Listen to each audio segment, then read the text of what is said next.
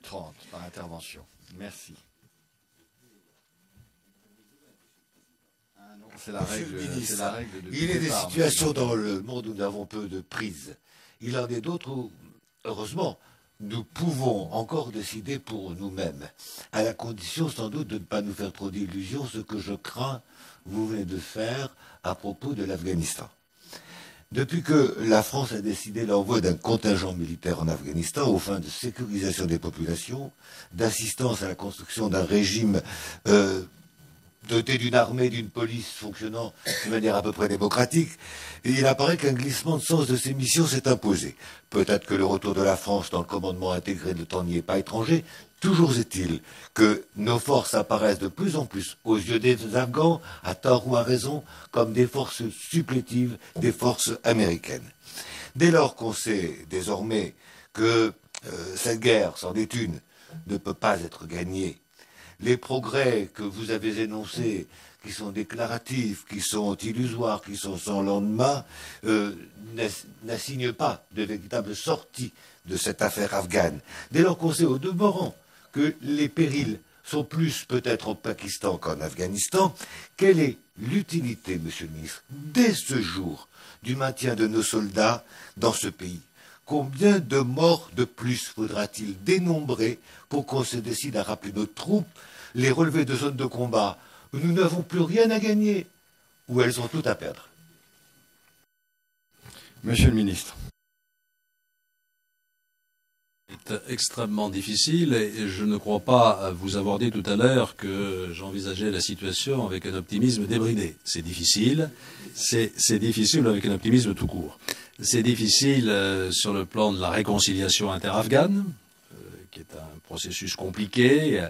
L'assassinat de M. Rabbani il y a quelques semaines a encore compliqué davantage ce processus. C'est compliqué du fait du rôle que joue le Pakistan, vous l'avez rappelé tout à l'heure, et aujourd'hui la dégradation des relations entre les États-Unis d'Amérique et le Pakistan ne facilite pas les choses. C'est compliqué parce que la situation sur le terrain reste fragile. C'est compliqué parce que la gouvernance afghane n'est pas à l'abri de toute critique. Le trafic de drogue reste un fléau dans ce pays, donc je ne sous-estime pas les difficultés que nous rencontrons en Afghanistan. Partir aujourd'hui immédiatement, comme vous le suggérez, ce serait faire preuve de manque de sang-froid et d'une précipitation coupable. Quand on est quelque part, on ne s'en va pas comme ça en mettant la clé sous la porte et en laissant ses partenaires se débrouiller. Je crois que ça ne serait pas à l'honneur de la France. Nous avons adopté une stratégie qui remonte à novembre 2010, aujourd'hui, qu'on appelle la stratégie de transition. C'est un retrait ordonné, progressif, daté, qui s'achèvera en 2013, fin 2013, et qui est déjà engagé, puisque nous avons déjà retiré 400 hommes, je crois, de Surobi. Nous allons continuer par un autre retrait de 400 hommes dans les prochains mois, 1 millier au total d'ici la fin de 2012, correspondant à notre dispositif en Surobi.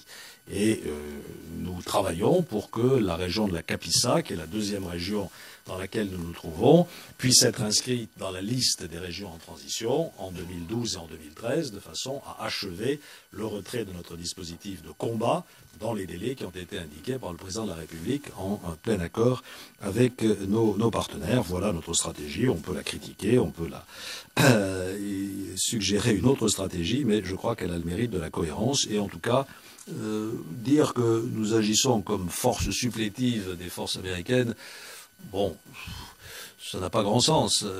Les Américains sont combien 120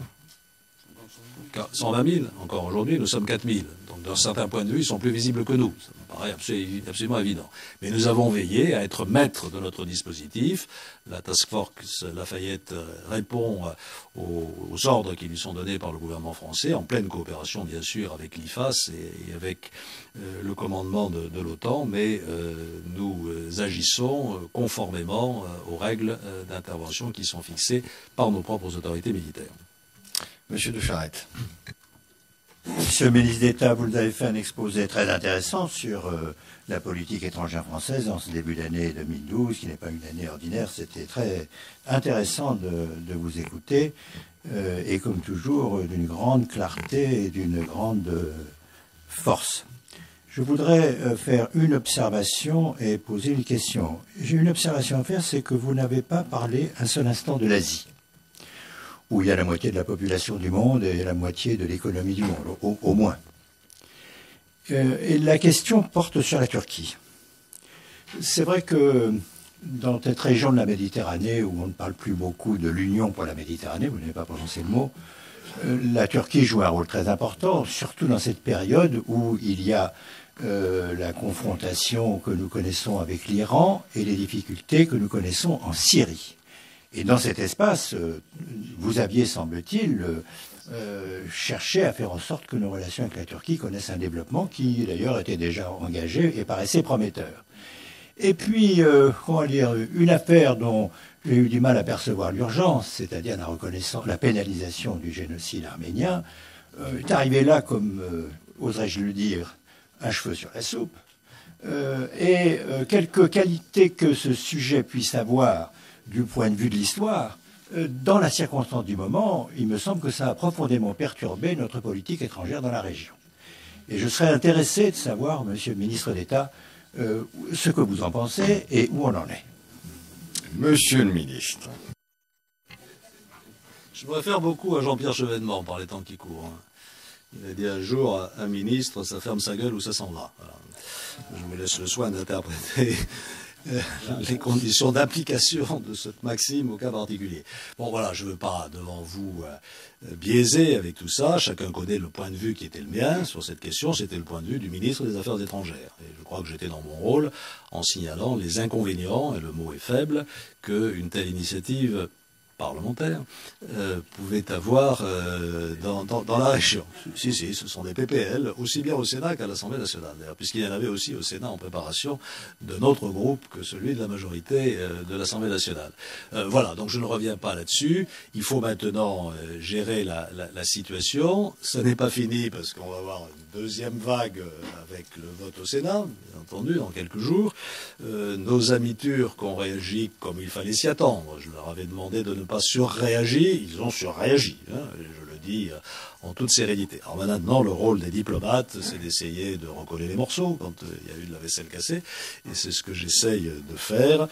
J'avais fait un voyage en Turquie extrêmement positif, il y a un mois ou deux. Nous avons beaucoup d'intérêts communs avec ce pays. Nos échanges commerciaux ont dépassé 12 à 13 milliards d'euros. On s'était fixé un objectif de 15, on est déjà à 12-13. Il y a beaucoup d'entreprises françaises qui sont présentes. Il y a des opportunités importantes pour l'avenir, dans le domaine industriel, dans le domaine des services, dans le domaine agricole. Nous vendons beaucoup de viande bovine à la Turquie, bovine. Donc voilà, tout ceci est bien dans nos esprits. Nous avons aussi une coopération culturelle importante. J'ai succédé à Raymond Barre à la présidence au comité de parrainage de l'université Galatasaray. Voilà quelque chose de très intelligent que nous avons fait. Hein, il y a un lycée de Galatasaray en Turquie depuis des siècles, enfin 2 siècles. Il a formé des générations et des générations de responsables turcs. Il y a quelques années, c'était une initiative qui avait été prise sous le président Mitterrand. J'avais moi-même signé l'accord en 93. Nous avons créé des filières universitaires à Galatasaray. Et aujourd'hui, l'université de Galatasaray est une des 3 ou 4 universités turques les plus prisées par les étudiants turcs, et on y enseigne en français. Donc, quelque chose de très intéressant. Voilà, on va essayer de faire en sorte que nos relations avec la Turquie s'apaisent. Je vous signale que M. Davutoglu sera au Conseil des Affaires étrangères du 23 janvier sur la suggestion de la France, faite en novembre. Et accepté aujourd'hui. Enfin, un dernier point, je n'ai pas parlé de l'UPM parce que je vais parler de tout dans un propos introductif, l'Union pour la Méditerranée. Nous n'avons pas renoncé à l'activer. J'en ai encore parlé en Tunisie il y a quelques jours et les Tunisiens sont très partants. On a une petite contrariété, il faut bien le dire, c'est que le nouveau secrétaire général de l'Union pour la Méditerranée, M. Amrani, nommé depuis 1 an, haut fonctionnaire marocain, qui avait parfaitement bien commencé son job, vient d'entrer au gouvernement marocain. Donc il faut qu'on change de secrétaire général de l'Union pour la Méditerranée. Enfin, tant mieux pour lui et tant mieux pour nos relations avec le Maroc. Monsieur Souchet. Merci, Monsieur le Président. Monsieur le Ministre, il y a 1 an a été créé l'Institut français, dont la présidence a été confiée à Xavier Darcos. Ce nouvel instrument a pour objectif de rendre plus offensive et plus performante notre diplomatie culturelle et linguistique, notre soft power. est-ce que, après un an de mise en œuvre du nouveau dispositif et le test qui est en cours de réalisation dans une douzaine de pays, est-ce que vous êtes en mesure de tirer un premier bilan de cette réforme? Monsieur le ministre. Pas encore, pour être tout à fait clair. Xavier Darcos a très bien pris cette nouvelle responsabilité. Il a des moyens non négligeables qui ont été mis à la disposition de l'Institut français. Vous savez que l'objectif qui lui est fixé, c'est une expérimentation dans une douzaine de pays. Expérimentation dont nous avons souhaité qu'elle soit réversible. Donc il s'agit vraiment de jouer le jeu. Si c'est un progrès, on ira de l'avant. Si ça ne l'est pas, on révisera notre dispositif, mais enfin, je crois que les choses sont bien parties. On prendra des décisions en 2013. C'est pour moi l'occasion, même, et sans me contredire, hein, parce que je n'ai pas oublié ce que j'ai écrit, et je réécrirai la même chose s'il le fallait. Je crois qu'on ne peut pas dire non plus que la France est privée de tout moyen d'influence dans le domaine culturel étranger. Ce n'est pas exact. Nous gardons un dispositif très important. D'abord, celui des établissements français à l'étranger, avec les établissements de l'AEFE, l'Agence pour l'éducation française à l'étranger, avec un réseau qui est sans exemple. Pratiquement pas de pays qui ait un dispositif aussi ambitieux que le nôtre, peut-être les États-Unis, mais dans un cadre tout à fait différent et plus privé que public. Nous avons aussi fusionné nos services culturels à l'étranger autour de ce qu'on appelle les COCAC, là, les conseillers de l'action culturelle, pour remettre un petit peu de lisibilité dans le dispositif. Et je vois que ça marche bien.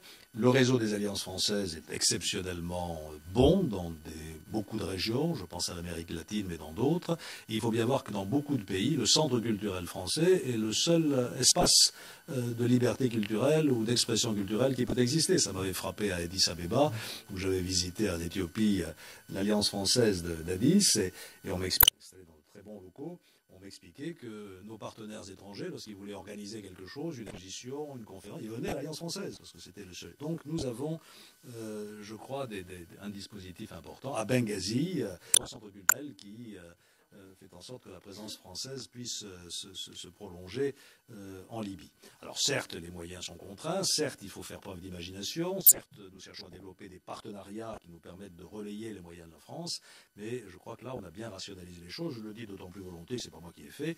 Quand je suis arrivé au Quai d'Orsay, j'ai dit que, compte tenu du temps qui était devant moi jusqu'aux élections présidentielles, je n'allais pas m'engager dans une nouvelle norme de structure du Quai d'Orsay. J'ai mis en place ce qui avait été décidé. Campus France est opérationnel à partir du 1er janvier 2012. Expertise France également.